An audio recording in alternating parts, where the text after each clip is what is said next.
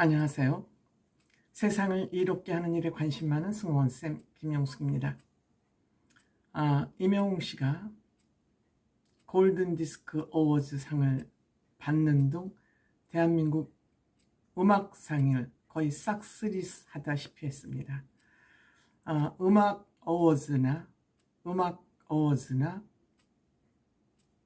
방송 순위, 방송 음악 순위 등이 임영웅 씨를 기준으로 해서 그 시상식이 뮤직 어워즈가 공정하냐 안 하냐, 방송국의 가요 순위를 가리는데 그것이 공정하냐 안 하냐를 가늠하는 그런 기준 잣대가 되었다 해도 과언이 아닙니다.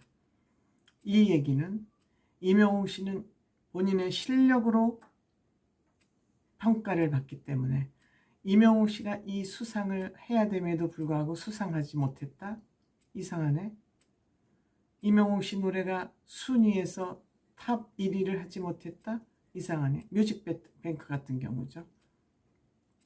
이러한 것이 나중에 뭔가 이상하다, 갸우뚱하는 생각이 들고 뒤에를 파보면 문제가 여지없이 드러나고 있습니다. 제가 오늘 여러분들께 말씀드리고자 하는 내용은 대중문화 칼럼 평론가 김헌식 씨가 천지일보에 1월 12일자로 올린 칼럼을 말씀드리려고 합니다. 이 칼럼의 제목이 뭐냐면 임영웅의 골든디스크상은 공정했나? 한류 권력에서 임영웅 모델의 중요성. 과연 임영웅 씨가 골든디스크 상에서 공정한 평가를 받고 임영웅 씨가 수상한 상들이 공정했나에 대한 의문표, 물음표를 던지고 있습니다.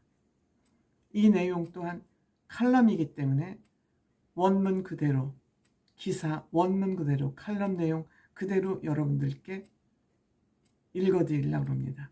임영웅 씨가 대한민국 뮤직 어워즈나 음악방송의 공정성을 가늠하는 표준, 잣대, 기준이 되었다는 것은 굉장히 중요한 일입니다.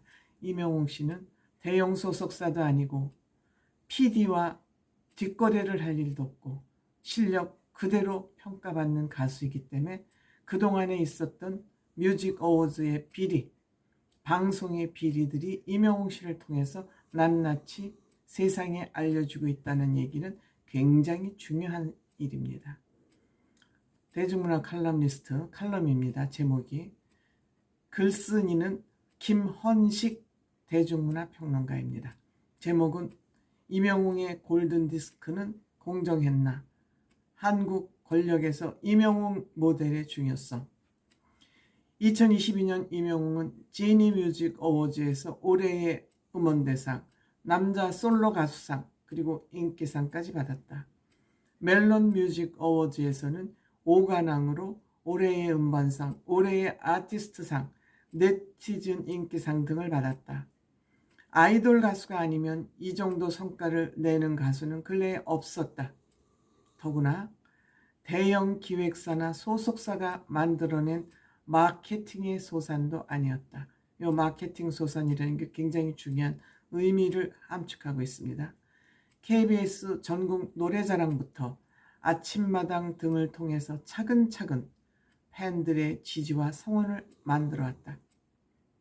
미스터 트롯은 이미 다진 팬들의 지지가 있었기 때문에 최종 우승을 할 수 있었다. 심사위원들조차 임영웅보다 영탁을 더 우선하는 우를 범하기도 했다. 영탁은 더 히트곡이 많은 가수였음에도 말이다. 시대가 다른 아티스트를 원하고 있었다. 사실상 이런 모델은 한국에서 없을 것으로 생각했지만 임영웅이 여실히 보여줬다. 흔히 임영웅을 남의 곡으로 다시 부르는 실현 가수로 생각하는 경향이 있다. 더구나 그 노래들은 모두 트로트 노래라고 생각한다. 하지만 그것은 국민이 원하는 노래를 언제나 부를 수 있다는 자세와 임영웅과 같은 흑수저 젊은이가 기회를 잡지 못할 때 선택할 수밖에 없는 고륙지책이다. 임영웅을 가요계의 현빈으로 언급하는 전문가들도 있다. 한 차원 격을 높이는 캐릭터라는 점을 강조한 말이다. 큰 키에 곱상한 얼굴, 담백한 모습을 기존 트로트 가수와 다르게 다른 캐릭터라고 생각할 수 있기 때문이다. 그런데 미스터 트롯에서 심사위원들이 영탁보다 임영웅에 덜 점수를 준 이유 가운데 하나는 임영웅이 기존의 트로트 같지 않게 부르기 때문이었다. 영탁 등이나 이찬호는 트롯 창법에 맞게 부르는 면이 컸다. 아니 오히려 더 강화된 트롯 창법으로 부르는 그들이었다. 오히려 외모를 내세운 것은 장민호였다. 거꾸로 임영웅은 모든 장르를 자신의 스타일로 부를 수 있는 잠재의 역량을 갖고 있었다. 이를 잘 보여준 것이 I'm Here로 앨범 발매였다. 이 앨범에는 트로트 장르의 노래가 절반도 되지 않았다. 이 안에 발라드만이 아니라 레게, 힙합까지 포함하고 있다. 우리들의 블루스와 아비앙토가 대표적이다. 11월에는 런던 보이와 폴라로이드 같은 팝 발라드 음악과 록밴드 음악 스타일을 선보였다. 더구나 런던 보이는 자신이 직접 자작했다. 싱어송라이터로서 면모를 보여주기도 했다. 임영웅의 앨범은 무려 120만 장 가까이 팔렸다. 솔로 가수가 이러한 판매량을 기록한 것은 1990년대 이후 처음이라고 할 수 있다. 아이돌 뮤지션들이 아니고서는 불가능한 상황이고 특히 국내 팬들이 오로지 만들어내는 일은 더욱 불가능한 것으로 생각됐다. 하지만 이를 임영웅이 다시 가능하다게 만들어줬다. 더구나 오로지 다른 효용이 아니라 음반 자체를 구매한 결과라는 점이 놀라웠다. 이는 모두 임영웅이 트롯 가수라면 절대 일어날 수 없다. 이는 모두 임영웅이 트롯 가수라면 절대 일어날 수 없다. 트롯 가수치고는 대단하다는 말은 보도에서 사라져야 한다. 그런데 2022년 한 해를 결산하는 골든디스크 시상식에서 임영웅은 디지털 음원 본상만 받았다. 그렇죠. 요 점이 좀 이상하죠. 올해의 솔로 가수상에도 없었고 디지털 음원 대상도 받지 못했다. 더군다나 음반 본상에 들어가지 못했다. 다국적 23명의 멤버로 구성된 NCT는 3개로 분할돼 음반 본상을 차지했다. 더구나 놀라웠던 것은 올해의 아티스트로 싸이를 시상했다는 점이다. 새로운 앨범으로 싸이가 활동을 재개했지만 여름에 반짝 주목을 받았을 뿐 올해의 아티스트로 꼽힐 만한 만큼 평가할 수 있을지 의문이다. 그것은 2022년 성취에 따른 평가보다 한류 스타의 이름에 따라 부여한 것으로 보였다.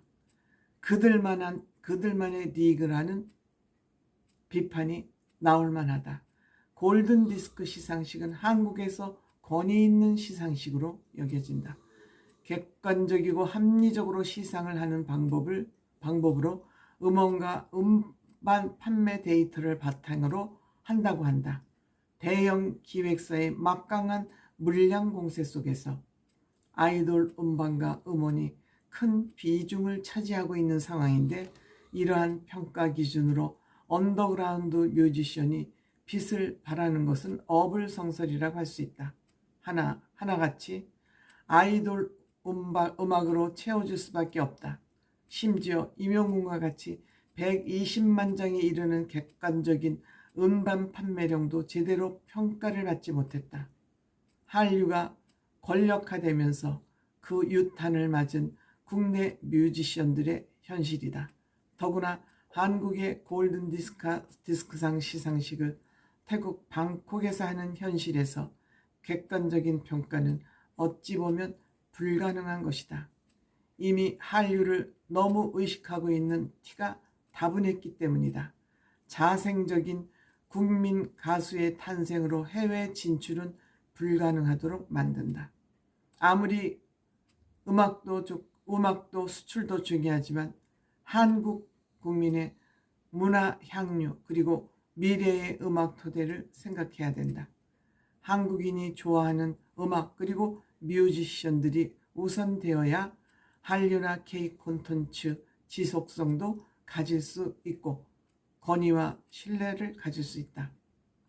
아이돌이 결국 돌아올 곳도 한국이다. 이분의 칼럼에 의하면 임영웅 씨가 적어도 3개에서 4개 정도의 수상 기회를 놓쳤다. 이거를 지적하고 있는 것입니다. 그리고 한국의 최고 권위가 있는 골든디스크상의 권위가 무엇이냐라는 것을 묻고 있습니다. 그 기본이 무엇이냐? 한국 골든디스크상 가장 권위 있는 그 상이 과연 공정한가에 대한 의문을 제기하고 있는 것 같습니다. 저도 여기에 크게 동의하기에 제가 이 칼럼을 있는 그대로 여러분들께 전달해 드렸습니다. 고맙습니다.